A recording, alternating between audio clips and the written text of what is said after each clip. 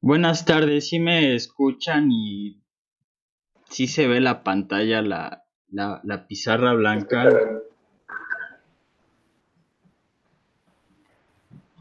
Sí, profe. Muy bien, pues voy a continuar. Voy a mantener la cámara apagada para que fluya más la comunicación.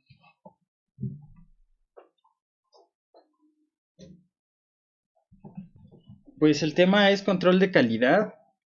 Ahorita lo estamos enfocando a pues carreteras. Si nosotros tenemos una plataforma o una estructura térrea para la cimentación de un edificio o de una nave industrial, por ejemplo, o las plataformas para el desarrollo de viviendas, pues muy comúnmente siguen o digamos que las características de los materiales para carreteras pueden ser aplicados también para este tipo de obras, no del orden carretero. Seguramente habrá obras geotécnicas o datos que se requieran específicamente por el ingeniero estructurista, por lo cual habrá que determinarse pues también otro tipo de pruebas extras. A diferencia de carreteras que pues por lo general conseguir la normativa es más que suficiente. Entonces vimos los actores involucrados en el control de calidad. Vimos que pues se controla el tiempo, la calidad, el costo, pues las obras son por periodos, por montos y periodos de tiempo bien definidos. Entonces parte de la calidad es que se cumplan estos tanto montos como tiempos definidos. Eso es parte de la calidad. Y bueno, entonces que se controlan las actividades, y las actividades se controlan a través de medición y comparación con estándares. De aquí se realizan procesos estadísticos para determinar las desviaciones de lo que hay en contra de lo que debería de ser, y a partir de esas desviaciones se toman decisiones, y ya sea que se toma alguna corrección que nos regresa al inicio de la actividad, como podría ser levantar, por ejemplo, una capa de pavimento, por ejemplo, no sé, una capa de subrasante, por ejemplo, y recompactarla. O bien, pues no pasa nada, ¿no? A lo mejor podemos incrementar los espesores, que ya es más caro, pero bueno, es también una orden de corrección.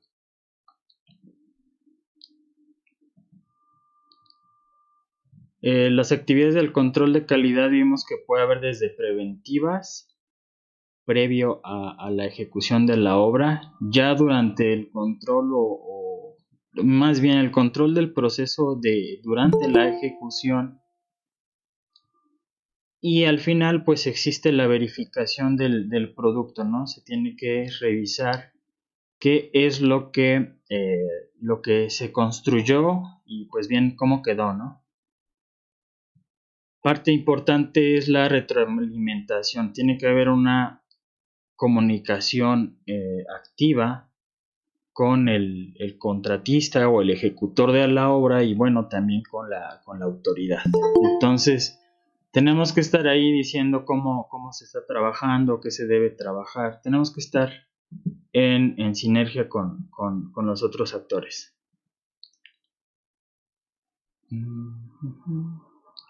Bueno, y que vimos que el control de calidad está desde el proyecto, ya durante la construcción, pero pues también durante la operación.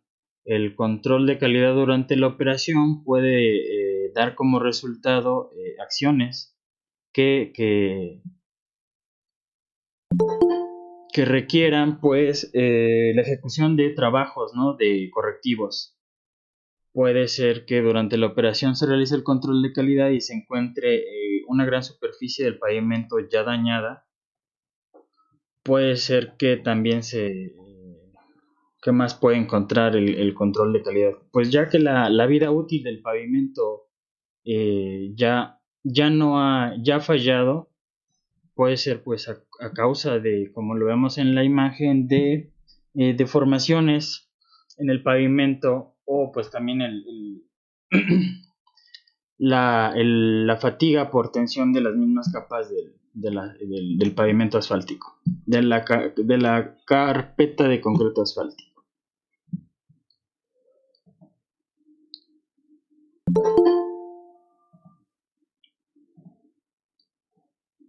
Parte importante también es la determinación de las especificaciones. Vamos a hablar hoy vamos a ver algunas especificaciones.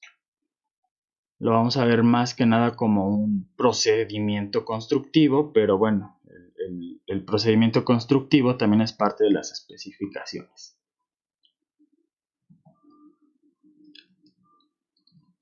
Aquí pusimos de ejemplo una, una sección transversal de una carretera. Entonces aquí tenemos una sección transversal.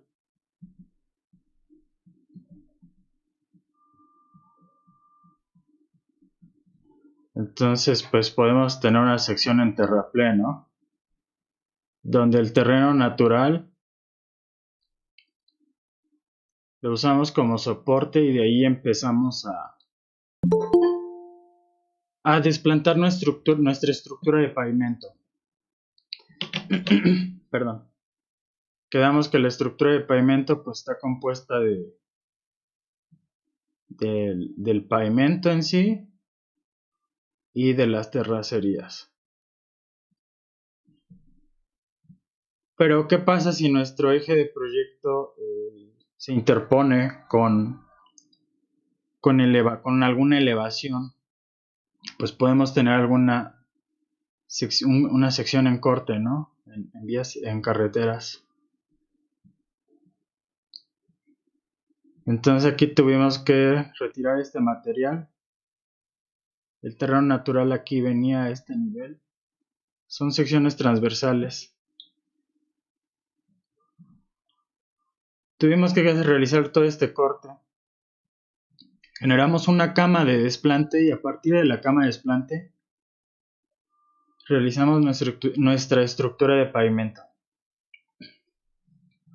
O podemos tener una sección transversal mixta que involucra tanto corte como el desarrollo pues, de un terraplén. Esta sección transversal nos sirvió también para ejemplificar que en la sección transversal podemos tener obras complementarias a la carretera. Pueden ser como las contracunetas, por ejemplo, los taludes pues también es importante determinar qué tan estables son. Y si hay riesgo, el factor de seguridad es muy bajo, pues tenemos que tomar algunas acciones correctivas, como por ejemplo podría ser el refuerzo. Entonces, si nosotros hablamos de un anclaje de suelo y pues de un concreto lanzado, ya involucramos más materiales a causa de estas obras complementarias que también tenemos que incluir en el control de calidad de los materiales.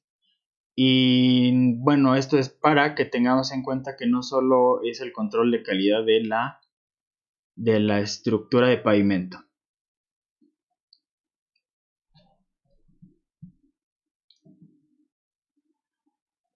Vimos que tenemos dos tipos de pavimentos, el pavimento flexible y el pavimento rígido. Más bien esto sale a causa del material constructivo de la superficie de rodamiento. La superficie de rodamiento puede ser una carpeta de concreto asfáltico o bien una losa de concreto hidráulico. Por debajo de esta capa superficial pues tenemos la base hidráulica, tanto en un pavimento flexible como en un pavimento rígido. En el pavimento flexible la base hidráulica aporta una gran capacidad de resistencia para para la estructura de pavimento, mientras que la base hidráulica en un pavimento rígido es más para desarrollar una superficie estable de trabajo y para mejorar el drenaje de la losa de concreto hidráulico. En sí, la losa de concreto hidráulico es la que da la mayor capacidad, o en sí es la que le da la resistencia al concreto rígido, al pavimento rígido. También tiene otras funciones pues ya lo dije, como drenaje, para evitar la migración de finos de la subrasante o de las terracerías inferiores, que esta migración de finos es un fenómeno que, se le conoce también como el bombeo de finos. Entonces imagínense ustedes que tienen la capa superficial, por ejemplo, concreto asfáltico,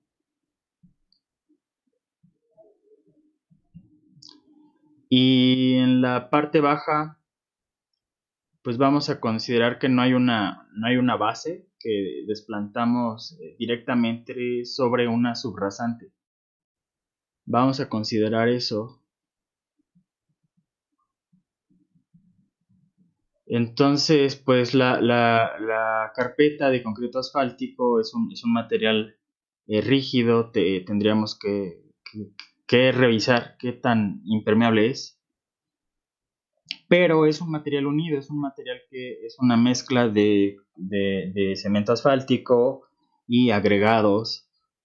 Mientras que la subrasante solo es un material granular que no está, digamos, cementado como el concreto asfáltico. Entonces este material granular tiene también un contenido de finos considerable. Cuando nosotros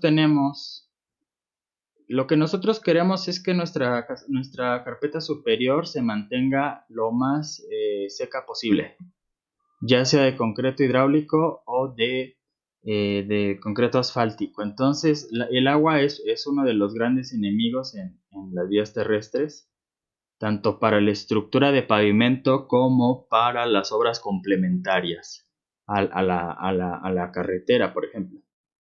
Entonces, ¿qué pasa cuando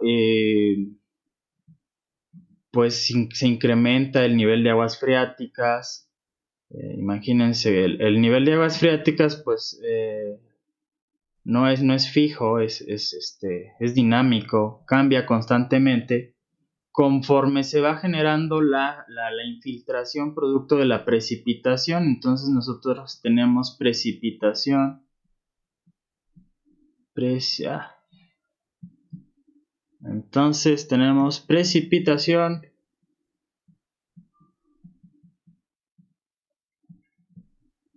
y esta precipitación va generando, pues se infiltra, ¿no? Se infiltra en el terreno, aumenta el nivel de aguas freáticas, o bien dejen de lado el nivel de aguas freáticas con la mera pura precipitación. En temporada de lluvias, por ejemplo,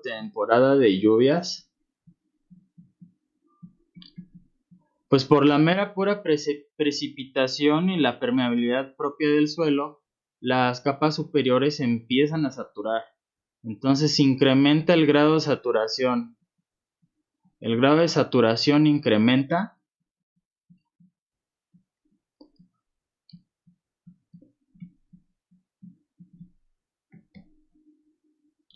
y pues se genera el fenómeno de la capilaridad. El agua tiende a subir. Entonces el agua tiende a subir y se va perdiendo el material fino, los finos. Entonces llega el momento en que vamos a ver, digamos, con una vista, pues no sé, una vista isométrica tal vez, no sé, una vista.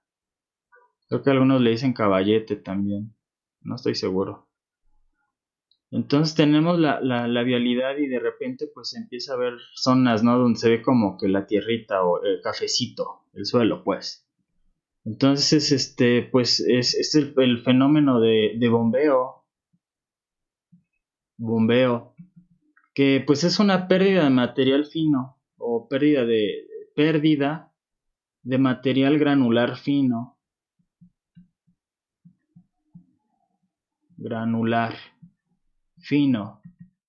Entonces imagínense, si se pierde el material, pues se empiezan a generar vacíos, se empiezan a generar oquedades, entonces tenemos una pérdida de soporte. Pérdida de soporte.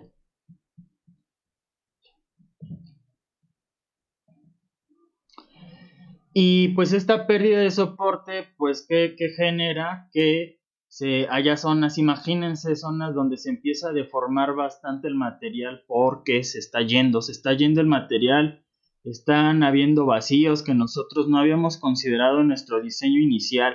Acuérdense, somos ingenieros, tenemos que diseñar. Nosotros diseñamos la subrasante para que estuviera así como la diseñamos, como la compactamos, pero podemos tener este proceso,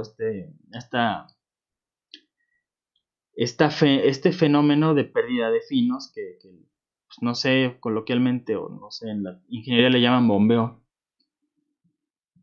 Y la carpeta superior pues no resiste muy bien la tensión, ¿no? Los materiales, los geomateriales no resisten la tensión, entonces se da el fallamiento. Y esta es la estructura que yo les propuse y puede tener este problema. Entonces, si yo agrego entre la subrasante y la subbase, y entre la subrasante y la carpeta de concreto asfáltico, una base hidráulica o una subbase, pues estas me van a ayudar acá teníamos la subrasante. Entonces estas son materiales granulares ya con menor cantidad de finos, tienen una permeabilidad muy alta y entonces estas capas son como unas capas que me ayudan al drenaje, a evitar que esta capa se me sature tanto o que se genere el fenómeno de la capilaridad o bien que se frene la capilaridad, ¿no? Entonces, esta estructura de pavimento ya está más completa, ya tiene una mayor funcionalidad. Yo les decía, a lo mejor en una carpeta en un pavimento rígido, no es tan necesaria ni la base ni la subbase. Pero ¿para qué si nos ayudan? Pues para esto que les comento, para evitar la pérdida de finos, que pues se ve reflejada en una pérdida de soporte, que esta pérdida de soporte genera que el material superficial entre a mayores esfuerzos de tensión y bueno, falle por la pérdida de soporte. Entonces, estas capas que podrían ser opcionales en un pavimento rígido nos van a ayudar no para la resistencia, sino para tener una superficie de trabajo o una superficie uniforme para la losa y también para evitar la pérdida de finos o de estos materiales que le digo y también para mejorar las características hidráulicas pues de la estructura de pavimento. Ustedes como son ingenieros o bueno, van a ser ingenieros, pues no sé, pues no sé si del futuro, porque pues ya es el presente, ¿no? Ya casi termina. Pero digamos que son ingenieros un poco más modernos, o ¿cómo le llamamos? Pues a lo mejor tienen más información, o al menos, pues sí, yo creo que tienen más, no más, todos tenemos la misma información, pero en teoría ustedes ya nacieron en esta edad de la información. Entonces, a lo mejor ustedes para el diseño de estructuras de pavimento ya tienen que involucrar el uso de los geosintéticos en sus diseños para tener estructuras más resistentes, más duraderas, eh, con un mejor performance ingenieril. Entonces, por ejemplo, yo podría proponer entre la subrasante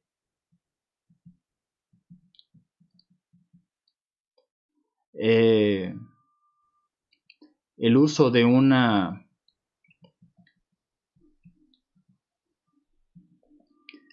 el uso de algún geotextil. Entonces, este geotextil, ¿de qué me va a servir? Pues me va a servir de separación de material y también me va a servir como un filtro para evitar la pérdida de finos. Entonces, a lo mejor con la ayuda del geotextil, yo prevengo un poco el fenómeno de bombeo de finos, o bien si no lo prevengo, qué tal que son muy finos, ¿no? Y la porosidad del geotextil no evita su migración, pero sí generará una superficie eh, que va a separar una superficie, un filtro que separa a las capas inferiores de las superiores. No se van a mezclar, no va a haber una contaminación entre capas. Si existe la migración de finos, el geotextil nos va a ayudar para evitar este fenómeno que les comentaba. O bien, si ustedes saben que la subrasante o el terreno natural, como ingenieros ya más modernos, pues a lo mejor el terreno natural tiene una capacidad muy baja, ¿no? Y entonces con el uso de geosintéticos, a lo mejor pueden, no sé, yo podría proponer que se retire la capa superficial, el despalme, vamos a ver al ratito el despalme, que se realice un despalme y se sustituya entonces sustitución, pues con, ¿qué les gusta? Una cama de tepetate, por ejemplo, una arena limosa. Y aquí ponemos, ¿no? Un geosintético, pero este no va a ser un geotextil, esta va a ser una geomalla. Entonces la geomalla, pues la geomalla nos va a dar una resistencia por un fenómeno de fricción que se va a dar en el entrecontacto del suelo granular con la misma geomalla. Entonces a lo mejor ustedes así de esta manera disminuyen un espesor de alguna capa superior, porque ya están adhiriendo este elemento que es el geosintético. Entonces, a lo mejor la geomalla también la acompañan del geotextil, ¿no? La podemos acompañar del geotextil para evitar también la migración de finos que yo les decía y para mantener unas capas estables, separadas, que no se mezclen entre ellas. Profe, Adelante, Héctor. yo tengo una pregunta. Sí, dime. ¿El concreto ciclópeo no se utiliza también para eso?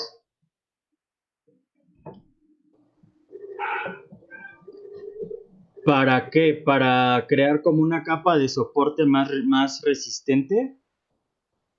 Pues sí, yo lo he visto. Sí, pues también puede ser otra opción. Puede ser otra opción. También están los pedraplenes. Los pedraplenes, pues aparte algunos hasta les adhieren capacidades que le llaman capa rompedora de capilaridad, ¿no? Entonces, pues si tienes un soporte blando muy, muy blando, pues puedes utilizar un pedraplén, puedes incluso pues sí, concreto ciclópeo. Pero por ejemplo, también como estábamos hablando de un suelo blando, pues puede haber cierto incrustamiento de materiales. Entonces, digamos que los geosintéticos te ayudan a evitar el incrustamiento de materiales porque funcionan como una frontera que mantiene las capas bien separadas, no se mezclan. Entonces hay obras donde al tener la prevalencia de suelos finos, suelos muy, muy blandos, suelos muy compresibles, se tienen que estar renivelando constantemente la rasante de la carretera a causa de que las capas inferiores pues se van incrustando, pues sí, se van incrustando en los suelos, en el terreno natural compresible. Entonces, pues, por ejemplo, un concreto ciclópeo sobre un suelo compresible, pues ya le agregas un peso considerable a diferencia de la geomalla, que pues es un geosintético, realmente no tiene mucho peso. Entonces, seguramente habrá aplicaciones donde el uso del concreto ciclópeo nos solucione esta problemática, pero pues habrá otras donde también se vuelva, eh, pues, pues no sea lo más adecuado. Aparte, recordemos que pues no resiste mucho el concreto a las tensiones, a la flexión. Sí, y por eso se le tenía que poner elementos de acero. Entonces el suelo compresible pues no va a dejar que se deforme. Más bien no sé de qué manera se deformaría. Esa sería la duda de poner un concreto ciclópeo, por ejemplo, sobre un suelo altamente compresible. Yo me iría, bueno, salen más caros, pero pues hay costos que creo que a largo plazo se abaten. No sé si resolví tu deuda, Héctor. Sí, sí, profe. Gracias. Muy bien. Pues si alguien más tiene alguna duda o comentario, puede hacerlo. De lo contrario, voy a continuar. Bueno, aquí más bien la idea era esa. Vimos las capas, algunas varían dependiendo si es pavimento rígido o flexible. Y luego, bueno, vimos esta que la traigo ahora sí ya más pues más en limpio, ¿no? Y bueno, entonces, recapitulando las capas, concreto asfáltico en la superficie en la capa superficial, la superficie de rodamiento, rodadura.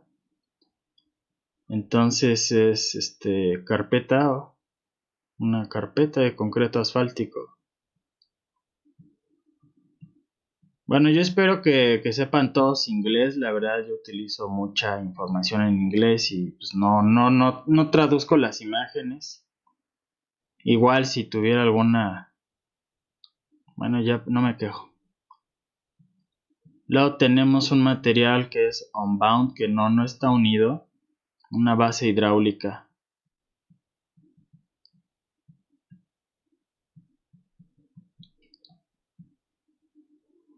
Habíamos visto que aquí se pone un prime, ¿no? Un prime coat, que pues es un riego de impregnación que hace que se impregne la parte superior de la base hidráulica, que quedamos que es Bueno, Mark comenta que se traba mucho el audio, espero que no sea en todos. Entonces esto hace que pues también se impermeabilice, ¿no?, la parte superior de la base hidráulica, y así no tengamos la fuga, que no se vaya a ir aquí el asfalto, ¿no? El asfalto que va a estar en la carpeta. También podemos tener unos riegos de liga entre capas. Y bueno, recordemos que son emulsiones asfálticas a fin de cuentas.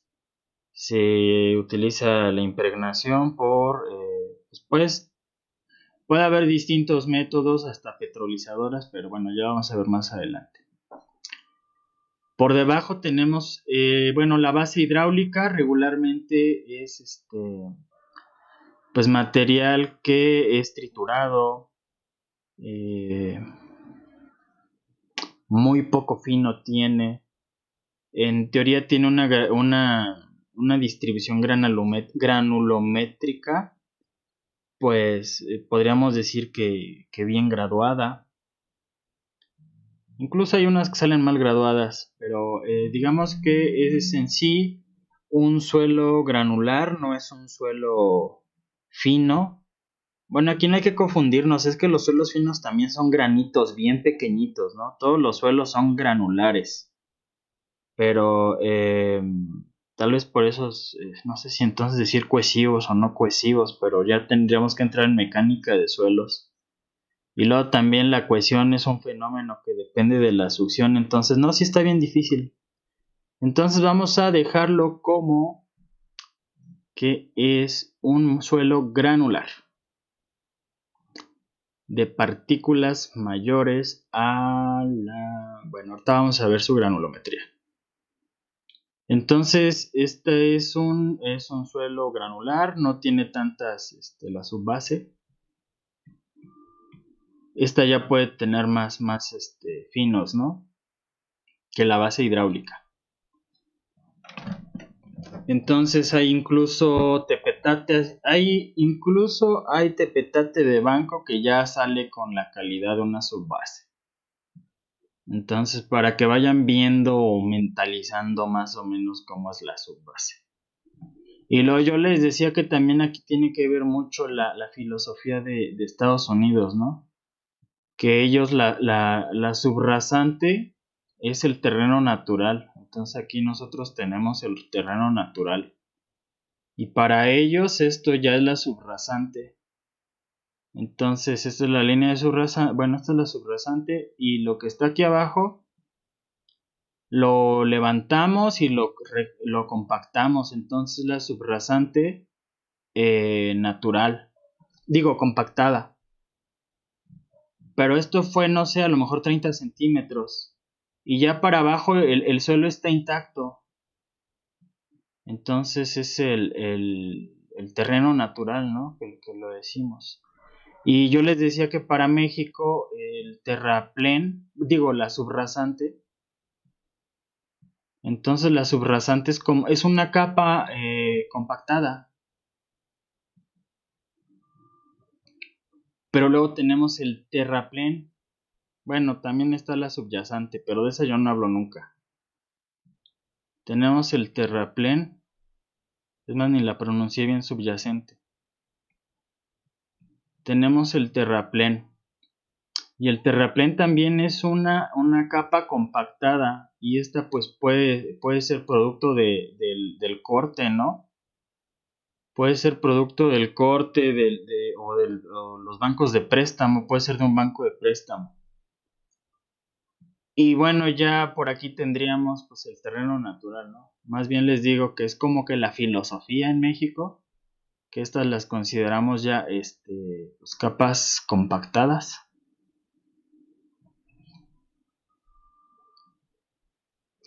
Sí, porque también aquí siempre en México manejamos un concepto, ¿no?, que es el despalme. Y es quitar los 30 centímetros superiores, ¿no?, del terreno natural. Entonces tienen el terreno natural y así viene, ¿no?, el concepto de obra, que alguien, si se sabe ese concepto de obra, que me corrija.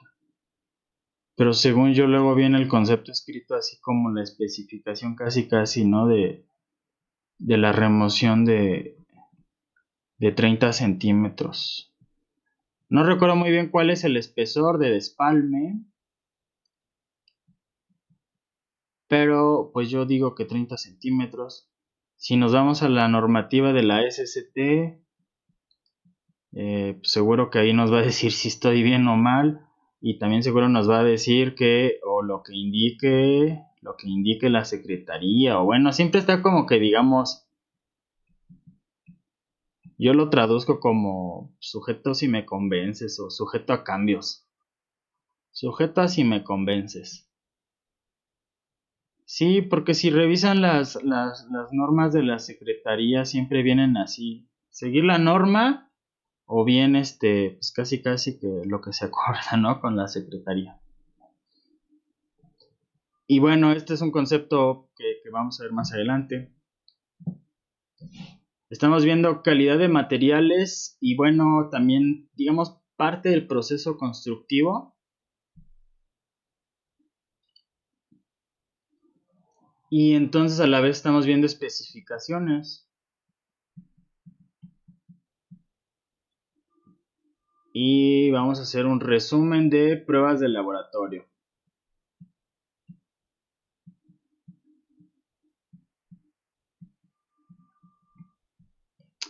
Ok, entonces ahora vamos a ver la sección de pavimento rígido. Pues aquí ya me voy a ahorrar todo esto porque es lo mismo.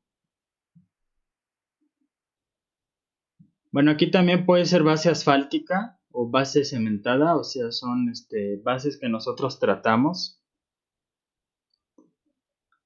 Puede ser también una subbase estabilizada, a lo mejor le podemos adherir cal o cemento, no sé.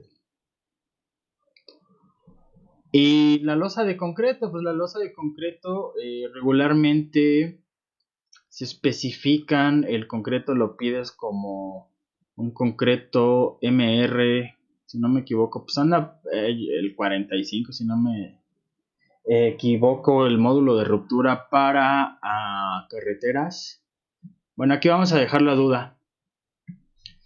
Pero regularmente es un parámetro que tenemos que determinar, el módulo de ruptura del concreto.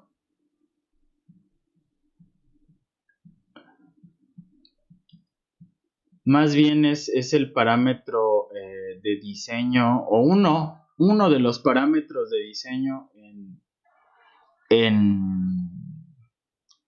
el pavimento rígido.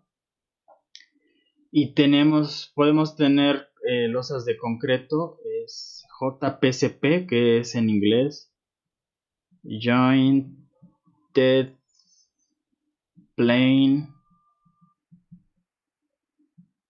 Concrete Pavement. Entonces tenemos, bueno, yo lo traduzco como concreto simple, conjuntas, pavimento de concreto simple conjuntas. Y tenemos el CRCP, que aquí ya es, según yo, pues no sé, tiene que ver con que está reforzado. Reinforced Concrete, Reinforced. Ay, caray, ¿qué será esto entonces? Porque ya tiene 12. Bueno, no me acuerdo qué tiene que ver aquí la clasificación, pero aquí ya es concreto reforzado. ¿Cuál es la mayor diferencia? Pues el pavimento de nada más concreto simple, pues realizamos juntas. Bueno, ahorita no las vamos a ver ahorita, las vamos a ver en la siguiente clase. Pero realizamos juntas. Estas juntas pues son juntas aserradas. También puede tener pasajuntas. Y ya cuando estamos hablando de concreto reforzado, entonces pues también aparte puede tener sus... no, pues ya más bien aquí diseñas el tablero. Pues ya diseñas el tablero y puedes tener pues un emparrillado de acero. o bien welded, ¿no? Malla electrosoldada. Entonces, el concreto simple, junteado, son las juntas aserradas y podemos tener pasajuntas para mejorar la transferencia de esfuerzos entre los tableros de concreto. Y aquí ya en el concreto reforzado, pues también podemos tener los pasajuntas para mejorar la transferencia entre tableros, pero los tableros ya vienen reforzados con un esfuerzo extra, con un refuerzo de acero. Ok. ¿Qué problemas tenemos? Aquí más bien es también para poner atención. Entonces, ya se acabó.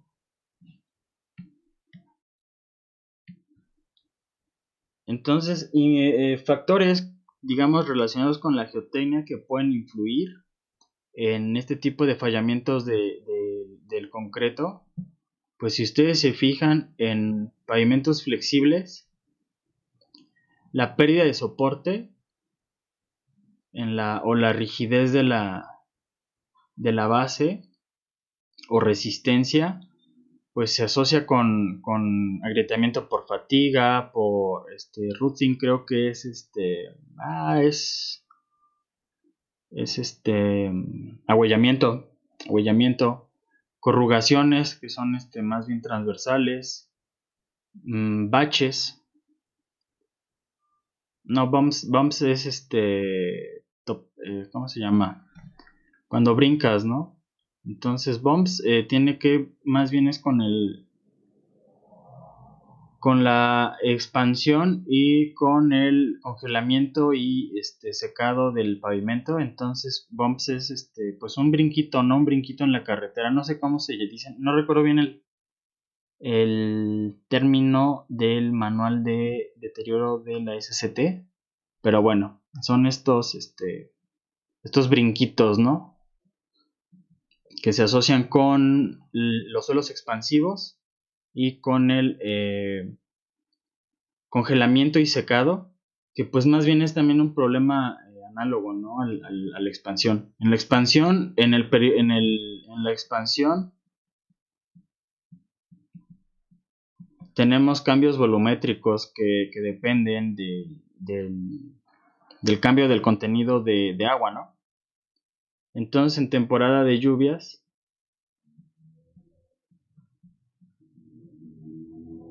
tenemos la expansión del suelo. Y en temporada de secas, tenemos la contracción, ¿no? Entonces, en el momento que nosotros tenemos la expansión del suelo, pues generamos este tipo de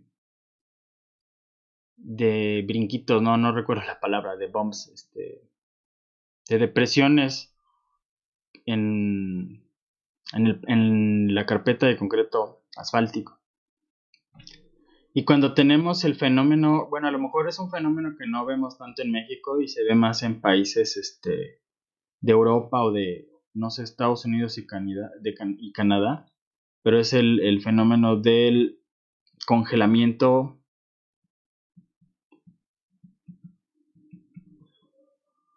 y pues descongelamiento, no sé cuál sea la traducción tal cual. Pero pues es un fenómeno muy similar.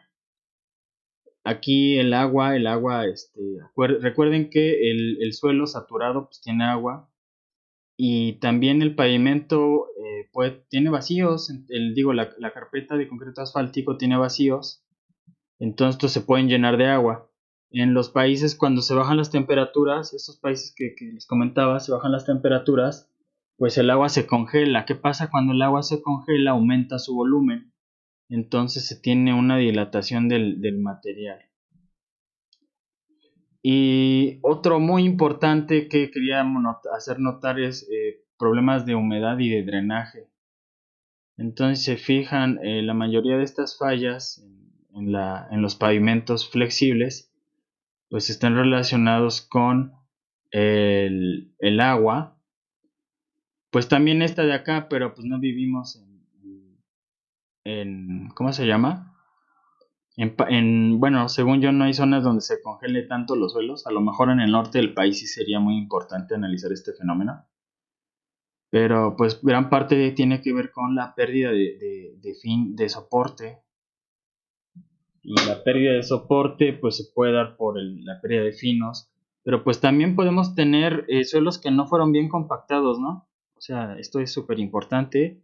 La rigidez, la resistencia, pues a lo mejor tuvimos suelos que no fueron bien compactados. Y bueno, la variabilidad espacial. Ya sabemos que el suelo cambia cada metro, o sea, el suelo, la variabilidad espacial del suelo es increíble. Entonces, más bien, pues aquí tendríamos que regionalizar más nuestros problemas, ¿no?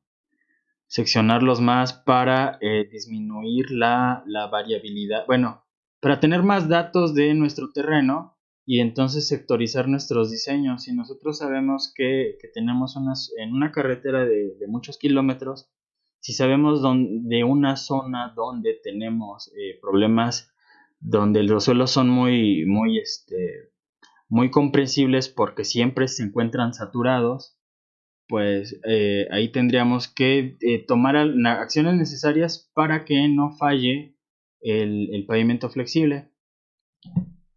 Y para un pavimento rígido, si se fijan, también el agua, o sea, el agua es súper importante. Perdón, se me fue un poco chueco. Entonces el agua es súper importante,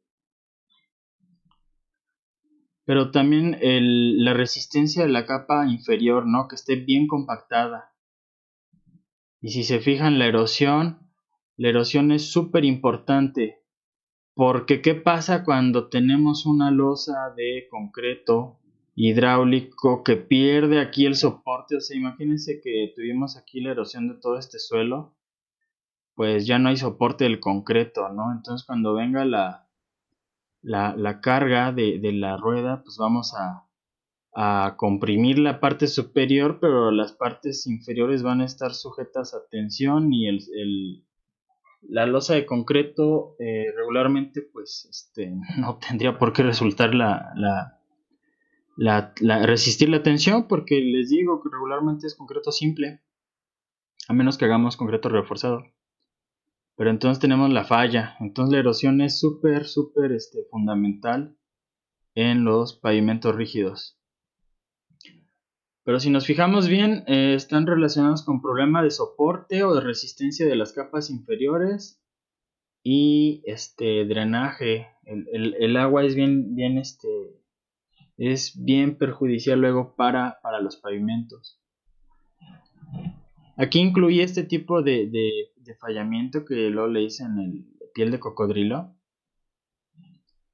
Y bueno, estos son digamos que los agrietamientos que se consideran luego en los diseños. Entonces el agrietamiento por fatiga regularmente lo relacionamos con los esfuerzos horizontales en la carpeta asfáltica. Entonces tenemos esfuerzos horizontales y estos esfuerzos horizontales tienden a generar grietas, ¿no? Y estas grietas pues se proyectan a la parte superficial. Y el agüellamiento, o sea, cuando tenemos muy común donde pasan los autobuses, que se ve cómo se hunden, ¿no? Donde pasan los ejes de los autobuses en las paradas. Es muy común este problema en las paradas de transporte. Se da el agüellamiento. Y entonces este agüellamiento en algunos modelos lo asociamos a la compresión en la subrasante. O sea, aquí lo que nos interesan son los esfuerzos verticales. Aquí esto se comprime, ¿no? Y entonces podemos tener un agüellamiento longitudinal donde este es el eje. Y aquí tenemos, ¿no? El agüellamiento.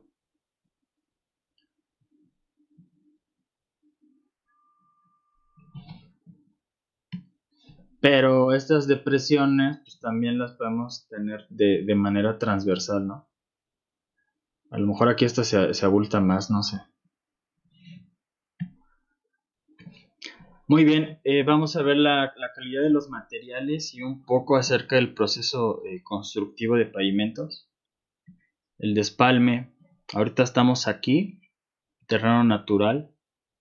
El despalme es la remoción del material superficial del terreno. ¿Ok?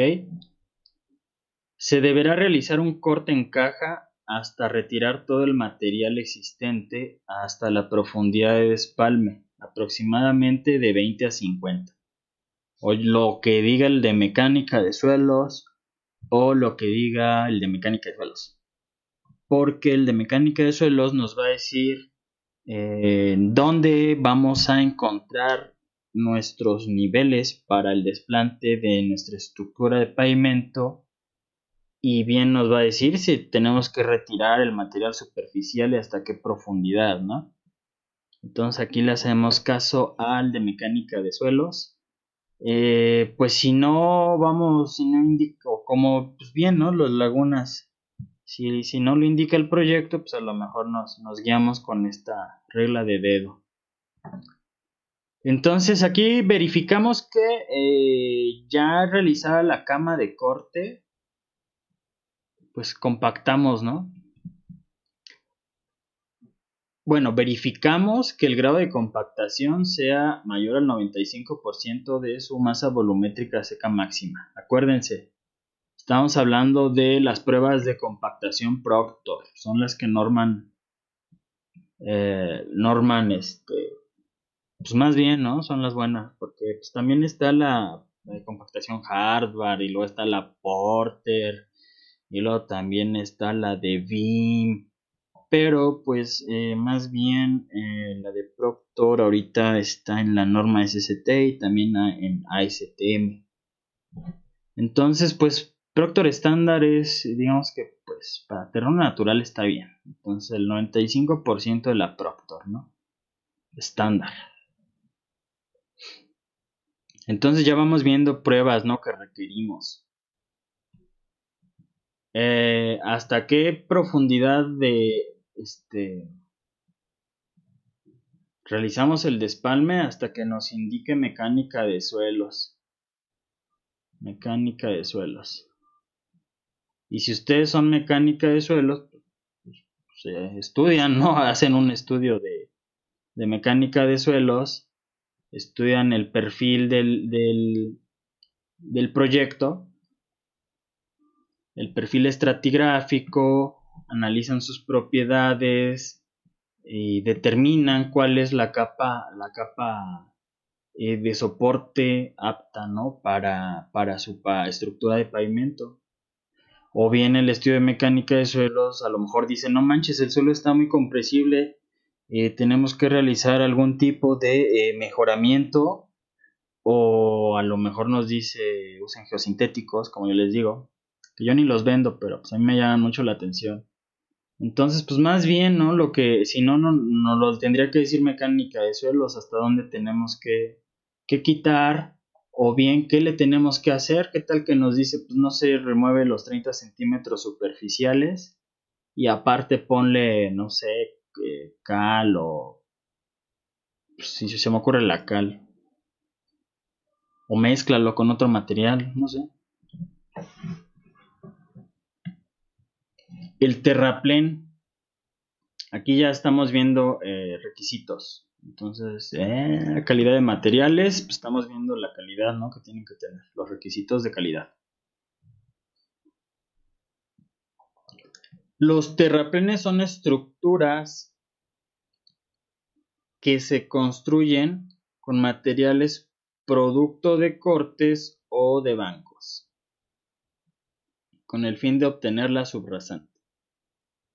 El terraplén deberá cumplir con lo especificado en la norma de materiales para el terraplén NCMT 1-0116 de la SCT.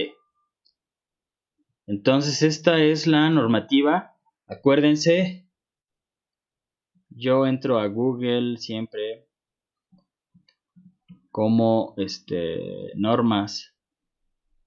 normas IMT, y me va a dar las normas de la SCT. En las normas de la SCT entramos a carreteras. Y bueno, pues si aquí estamos viendo que es CMT, en carreteras me metí al libro de características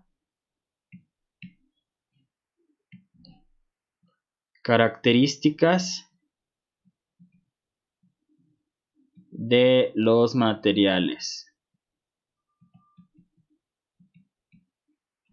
Y bueno, aquí estoy en terracerías, entonces seguramente tienen que elegir la sección de terracerías. Bueno, no, más bien al rato ustedes. Entonces, requisitos de calidad, límite líquido máximo de 50. Entonces aquí ya tengo, por ejemplo, una prueba que tengo que realizar. Límites de consistencia. Límites de consistencia. Límite líquido.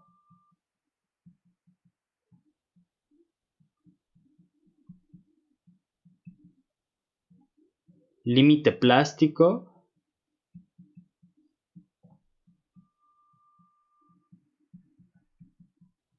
Y límite de contracción.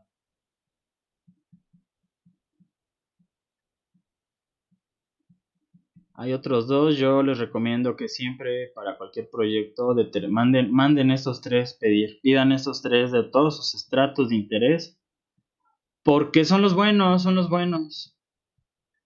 los que nos sirven. Entonces el índice plástico es igual al límite líquido menos el límite plástico. ¿Qué conceptos de geotecnia deben conocer de aquí?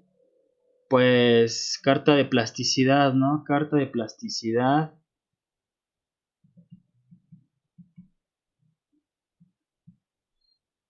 ¿Qué otro concepto de mecánica de suelos tienen que conocer? Pues límites de consistencia, está implícito, carta de plasticidad. Pues clasificación SUX, ¿no? Es importante. Ya con esto, de la carta de plasticidad, obtengo la clasificación SUX. Pero para tener la clasificación SUX también requiero la granulometría.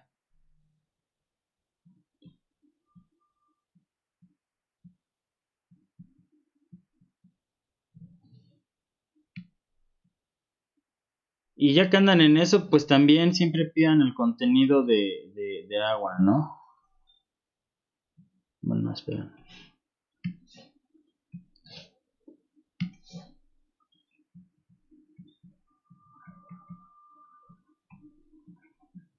Contenido de agua. Esto se los recomiendo. Bueno, estas son las pruebas de identificación de suelos. No sé si se me está yendo ahorita alguna, pero estas pues pruebas índice les llaman. Pruebas de identificación. Bueno, aquí hay que dejarlo para ver si lo de índice estoy bien o no. Pero vamos a dejarlo como pruebas de identificación porque pues, nos ayudan a clasificar.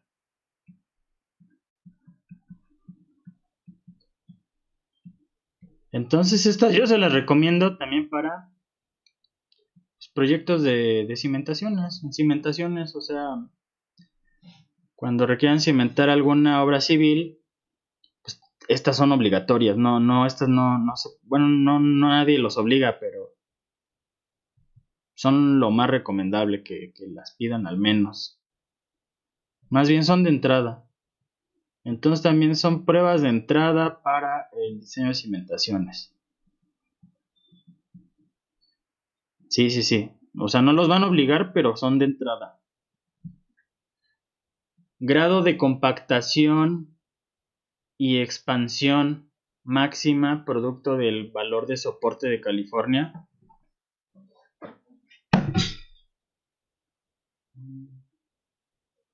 Ok.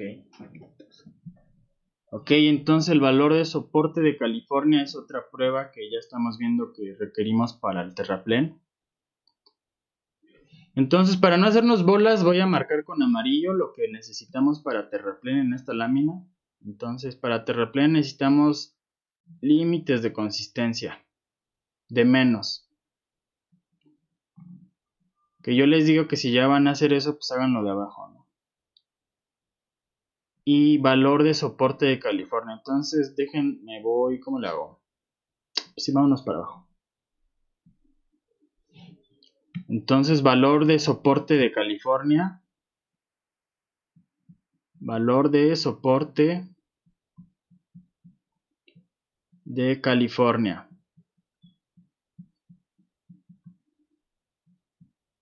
California bearing ratio, ¿no? Y entonces esta es una prueba pues de carga a la penetración. Entonces es carga a la penetración. Vamos a ponerle carga de formación. Porque medimos cuánto se está deformando el suelo ante la penetración de esta carga.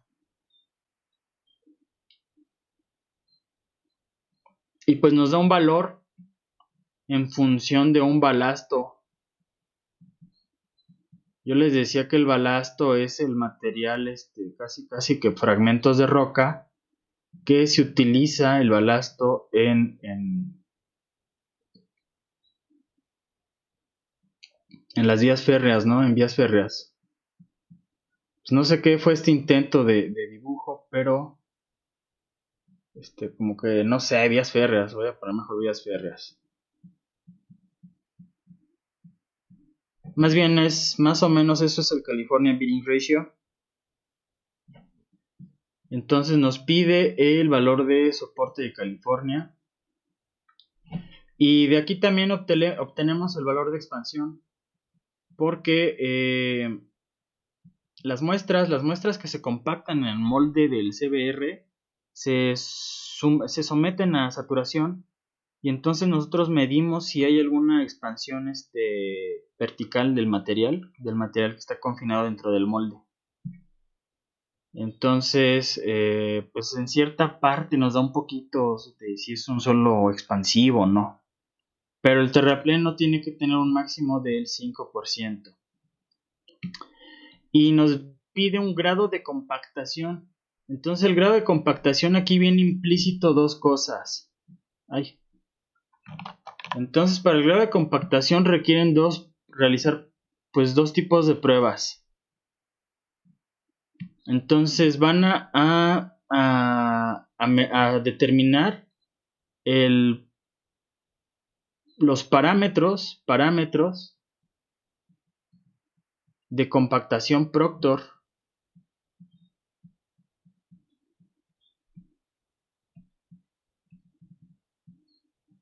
Entonces, como estamos en terraplén, es estándar. ¿Y cuáles son los parámetros de compactación Proctor? Pues no les voy a preguntar, pero recuerden el peso específico máximo, seco máximo y el contenido de agua óptima. Y entonces, ¿cómo verifican ustedes? Pues tienen que verificar el grado de compactación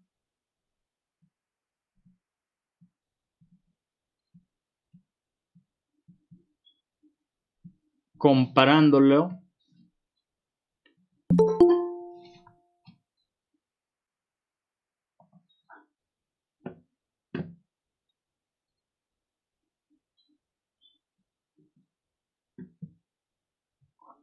ok. Entonces el grado de compactación, pues tenemos que obtener el porcentaje en campo, ¿no? El porcentaje de compactación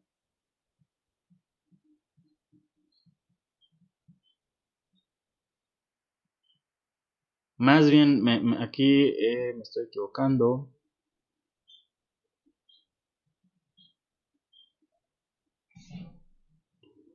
Vamos a decir que el grado de compactación lo comparamos, esto es laboratorio, y vamos a compararlo con los parámetros de compactación en obra. Entonces aquí vamos a entrar en otro tipo de pruebas. Aquí podemos determinar la compactación en campo con distintos procedimientos como el cono arena. No, ¿qué estoy haciendo esto? Okay. Entonces con cono arena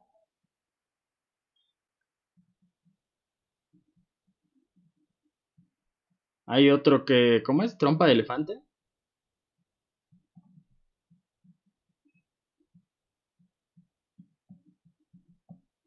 Y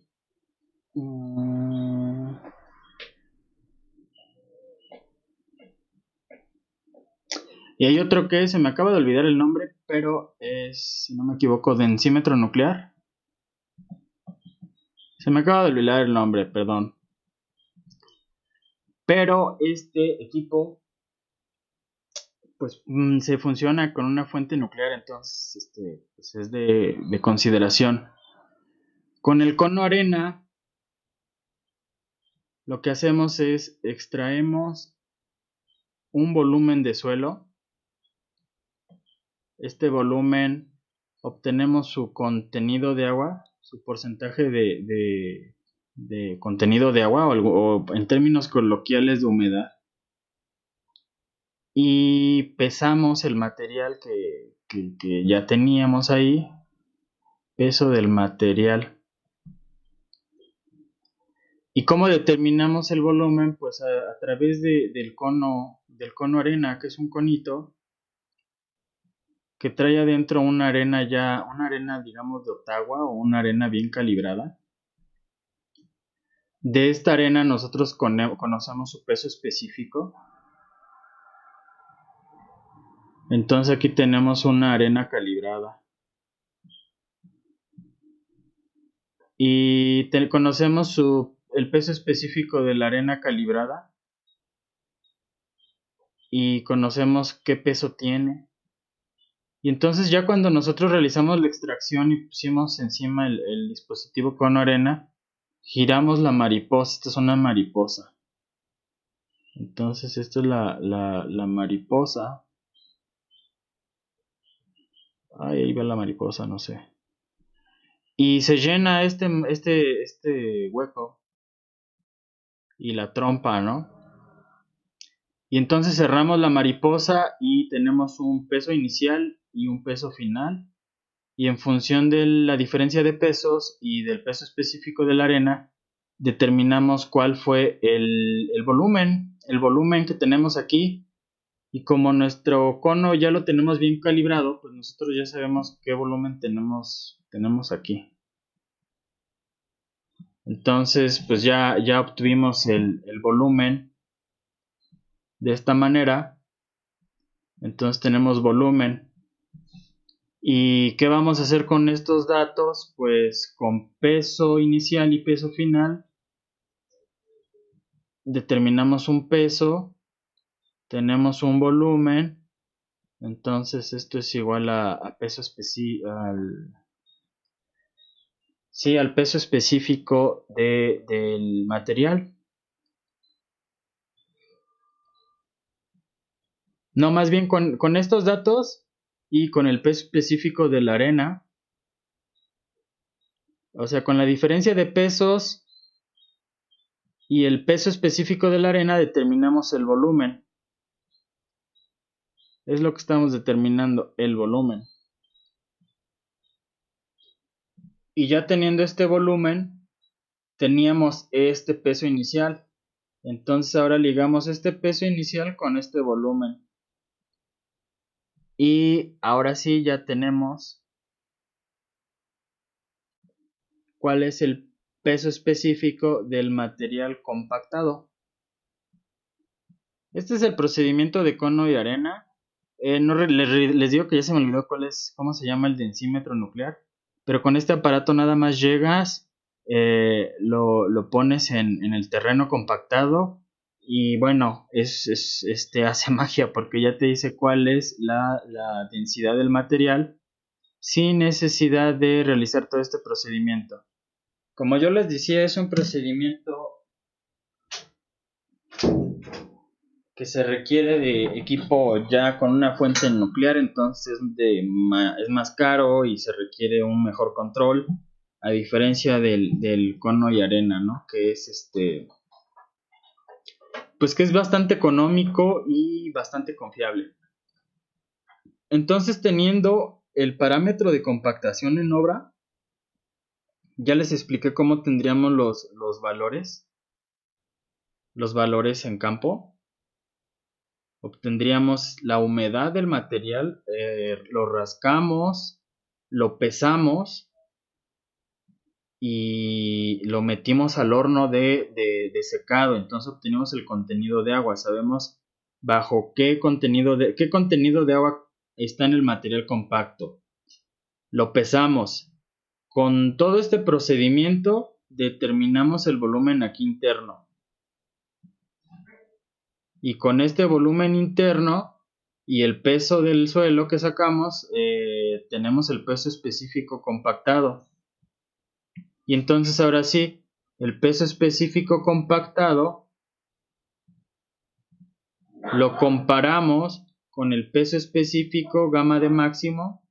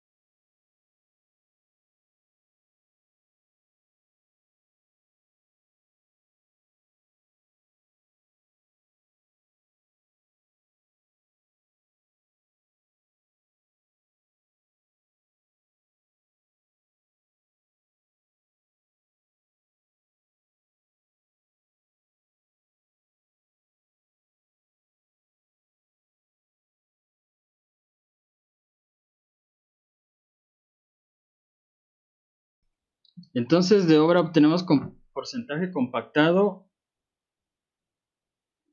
contenido de agua y el peso específico compactado. Y del laboratorio tenemos el peso específico seco máximo y el contenido de agua óptimo. Entonces esto es de Proctor, de laboratorio, acuérdense. Y entonces comparando estos valores obtenemos el grado de compactación. Entonces, si se fijan, para la calidad de material respecto al grado de compactación, pues involucra todo esto de abajo. Y para tener límite líquido, pues tendrían que hacer esto. O sea, realmente sí es bastante trabajo de laboratorio obtener la calidad de un material. Y tan solo revisar el grado de compactación ya involucra obtener parámetros de compactación Proctor y estar pues realizando pruebas en campo.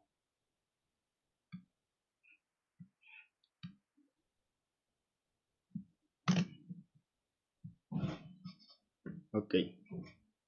En la subrasante pues ya estamos aquí en la subrasante compactada para la filosofía que les decía de autores de Estados Unidos.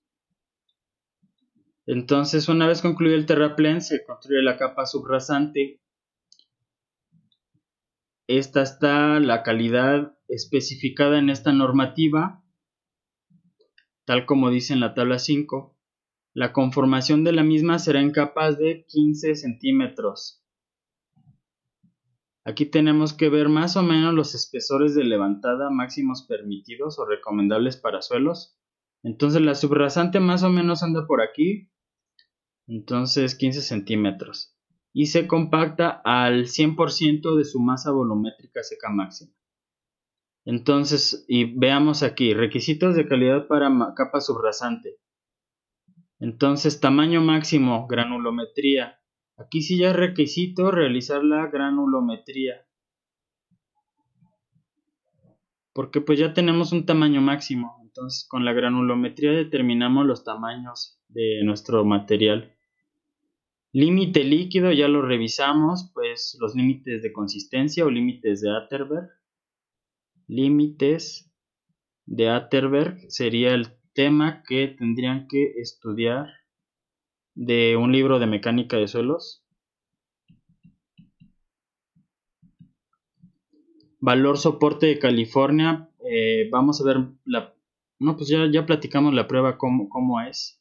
Es en una prensa, es en relación con el balasto. El material se sumerge a saturación y obtenemos la expansión del material, y también nos piden grados de compactación. La subbase. Posterior a la conformación de la subrasante, se conforma la capa subbase. Debe cumplir lo especificado en esta norma, viene en esta tabla 6. Y aparte tiene que cumplir con las zonas granulométricas.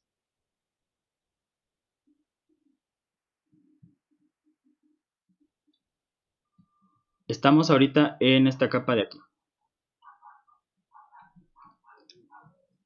El espesor de levantada de estas capas debe ser aproximadamente de 25 centímetros. Pues a lo mejor andamos por aquí, ¿no? Y se debe compactar al 100% de su masa volumétrica. ¿Qué requisitos requiere? Vamos a ver las pruebas. Límite líquido ya, índice plástico, valor de soporte de California. Aquí se hace el equivalente de arena extra. Se supone que mide la proporción de elementos fino, arena, etc. El desgaste de Los Ángeles es esta prueba que somete el material a un proceso de destrucción pues, total. Se mete el material con unas esferas de acero en un tambo giratorio, y bueno, por la percusión y por las mismas revoluciones del tambo giratorio, pues se va pulverizando el material y se ve pues cuánto queda, ¿no? Cuánto queda y cómo va quedando. Y también involucra revisar el grado de compactación. Pero aquí podemos ver que se define en dos criterios, y también lo vemos en la recomendación de las zonas granulométricas. Tenemos dos criterios. Tenemos para zonas o pavimentos donde el número de ejes equivalentes acumulados de 8.2 toneladas va a ser menor a 10 a la 6 en el periodo esperado de vida útil, y también las características cuando va a ser mayor a este número. Que es un eje sencillo estándar, pues es aquel cuya carga estándar, o sea, es como pues es un eje estandarizado, es patrón, digámoslo así, para esto. Es de 8.2 toneladas y está formado por 4 llantas con presión de contacto de 5.8 kilogramos.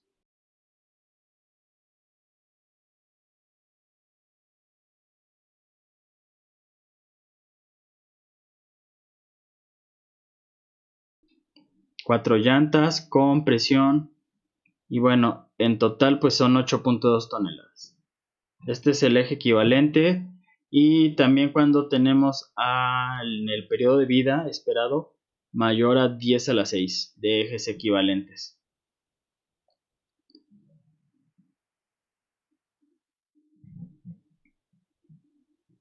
Entonces tenemos dos zonas que sería para ejes, bueno, la primera podrían ser ambas. La primera zona va de aquí hacia acá. digamos para tránsitos ligeros, la granulometría de nuestra base pues podría quedar, no sé, así por ejemplo, ¿no? Y sería aceptado. Pero cuando hablamos ya de tránsitos más pesados, entonces ya se disminuye la zona es solo esta de aquí. Entonces aquí ya los materiales tienen una mejor graduación y también están restringidos algunos tamaños más que otros. Entonces aquí su base aceptable para ejes equivalentes mayores a 10 a la 6 en el periodo de vida útil, pues aquí tendría que quedar, ¿no? Más o menos para que fuera aceptable.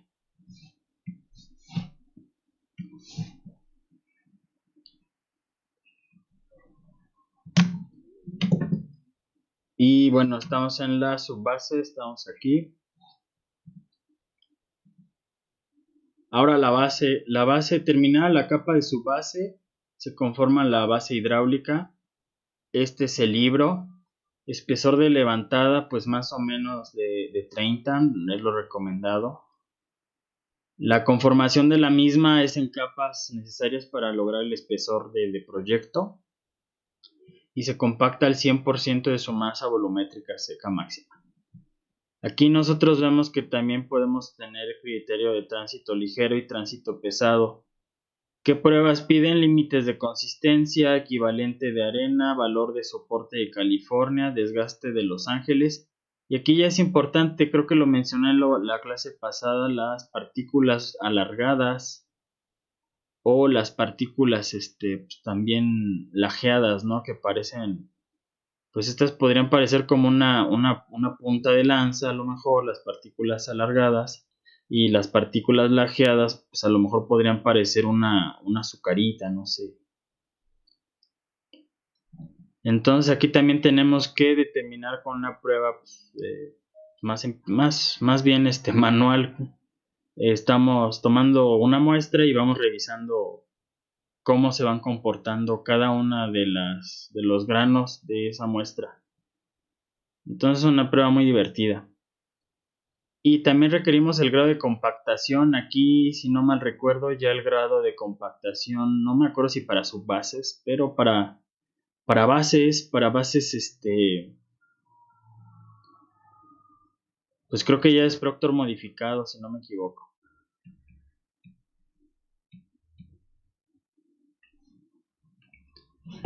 Si ustedes se fijan, también tenemos las zonas granulométricas bien definidas.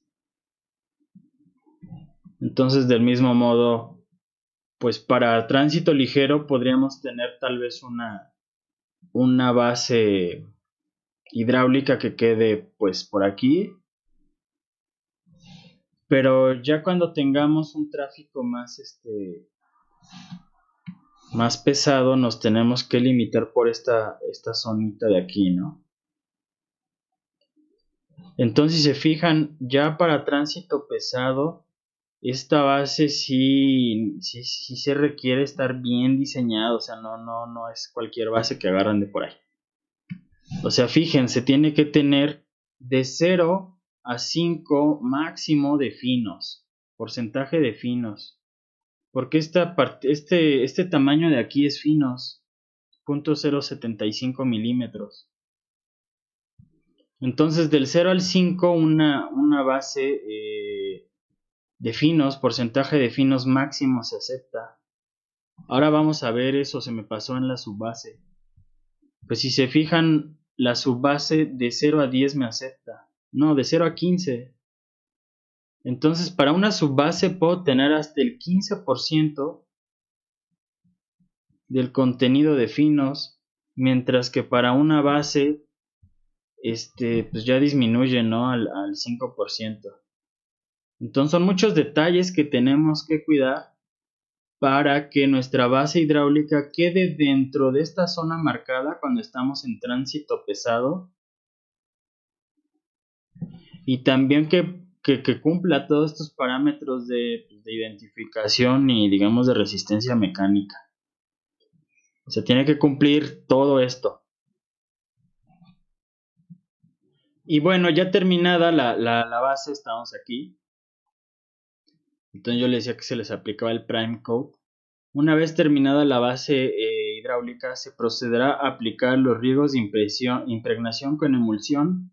Aquí viene la emulsión, a razón de 1.5 litros metros cuadrados. Esto es como una recomendación estándar, ¿eh?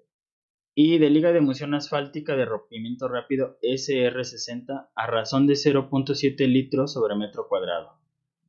O bien lo que determina el laboratorio con base en pruebas realizadas.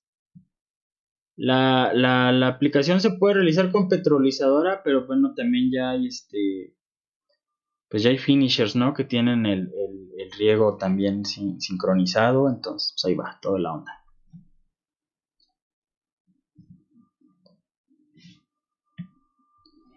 Y bueno, ahora sí ya estamos en la superficie de rodadura para el pavimento flexible. La carpeta asfáltica. Entonces, una vez que la emulsión del riego de liga haya alcanzado su rompimiento, se procederá a construir la carpeta asfáltica con mezcla en caliente elaborada en planta. Esta es como la recomendación estándar.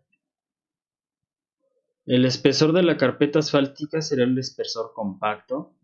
El proceso de tendido se realizará con una extendedora mecánica finisher con dispositivos para ajustar el espesor, el ancho y bueno. Después de 3 días se aplica un barrido en la superficie y se recoge el material pétreo que no se haya adherido. El concreto asfáltico, pues esta es una recomendación. Hay muchos cementos asfálticos. Aquí ya no me voy a meter más a detalle porque también es un área en la que esté muy experimentado. Y sin duda tiene que cumplir con ciertos requisitos de materiales pétreos que vienen en la tabla, en la normativa que viene aquí indicada. Les comento pues que también depende de los ejes equivalentes para el periodo de vida útil, como vimos en la capa de base y en la capa de subbase. Entonces para la carpeta asfáltica será algo similar. Y bueno, pruebas de laboratorio, vamos a sumarizar. Aquí ya voy a incluir unas que pueden ser para geotecnia, porque pues les digo que está bien rara la materia pareciera que es el libro de estructuración de vías terrestres, pero pues aquí se llaman métodos de cimentaciones y carreteras, entonces no sé, a menos que sean métodos de cimentación de carreteras, pero no, sí está como que rara. Vamos a ver también algunas que podrían utilizar. Entonces, pruebas pues tienen que determinar el perfil estratigráfico.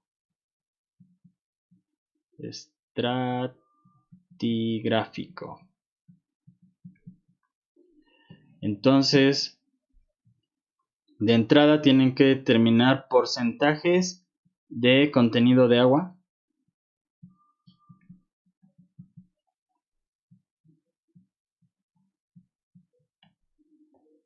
Límites de consistencia, entonces límite líquido, límite plástico y bueno, yo les recomendaría también que saquen el límite de contracción. Entonces, límite de contracción. Acuérdense, estos son los límites de Atterberg. Él tenía otros dos más, pero estos son más bien los que les damos mucho uso.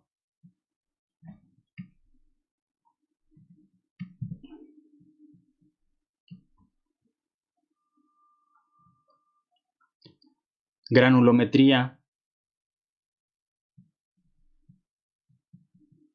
Entonces, con la granulometría yo determino cuál es el porcentaje de gravas, cuál es el porcentaje de arenas, cuál es el porcentaje de finos.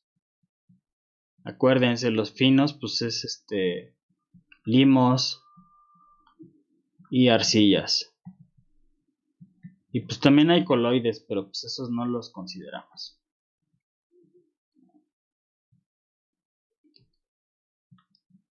Podrían obtener pruebas mecánicas.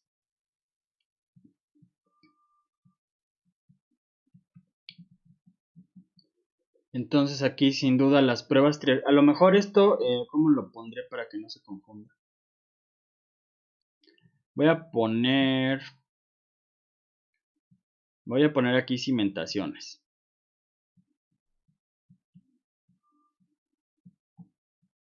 Entonces pruebas mecánicas, pruebas triaxiales,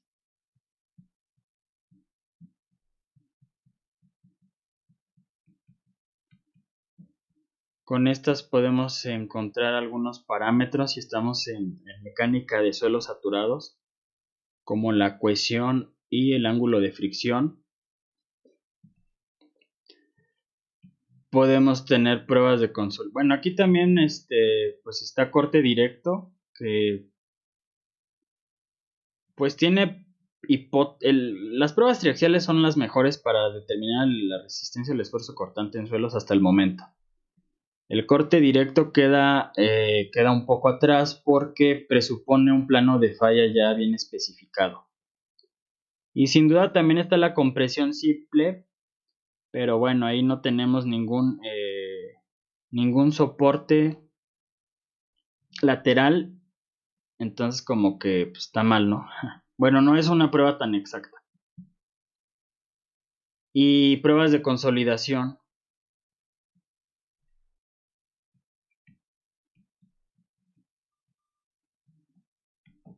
Entonces en las pruebas de consolidación pues pueden obtener las gráficas de compresibilidad, donde tenemos la relación de vacíos y el esfuerzo efectivo de presión vertical.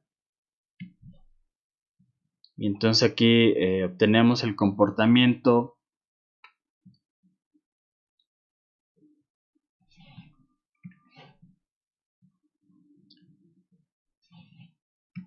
podemos obtener un esfuerzo de preconsolidación, podemos obtener un índice de compresión, un índice de recarga o descarga.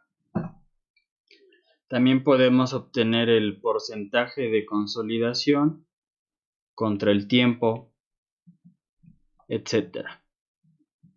Estas, digamos, como que son pruebas mecánicas para cimentaciones. Más bien las hubiera dejado para el último. Y en carreteras, ¿qué otras pruebas vimos?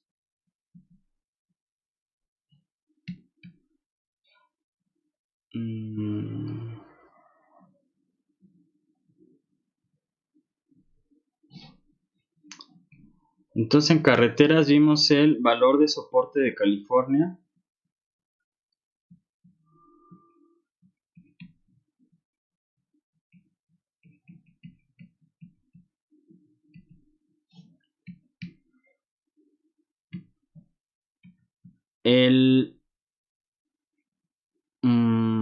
¿Cuál era el otro? El desgaste de Los Ángeles. Bueno, y está aquí también del valor de soporte de California, a la vez obtenemos la expansión,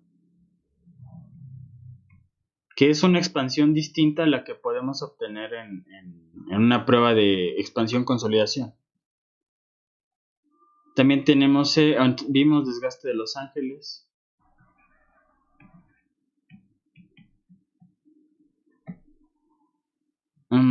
¿Qué otra prueba vimos? Vimos Proctor estándar.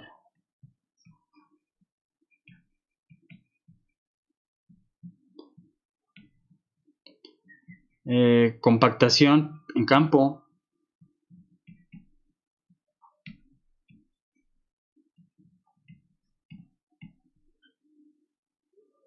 Y bueno, también viene equivalente de arena para bases y subbases.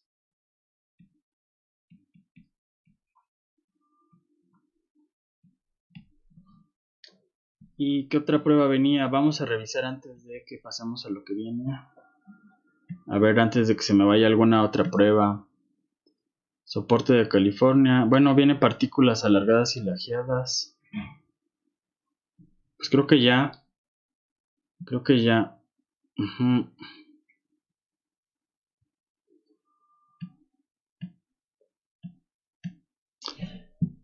Entonces también viene partículas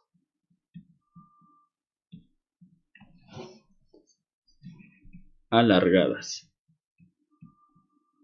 y lajeadas.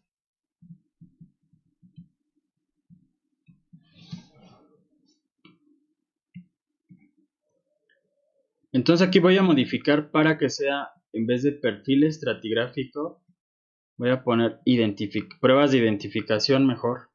Entonces, pruebas de identificación. Identificación general, o sea, esta aplica para todo. Identificación general.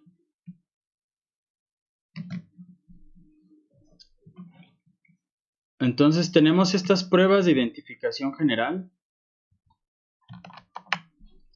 Estas pueden ser utilizadas tanto para carreteras como pues cualquier proyecto, pues como de cimentaciones, por ejemplo, o de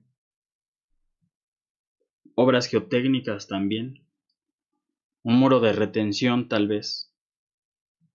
Estas pruebas mecánicas, pues también puede que las apliquen en carreteras, pero ahorita yo las estoy diciendo que tal vez las hayan visto o sean más enfocadas al diseño de cimentaciones.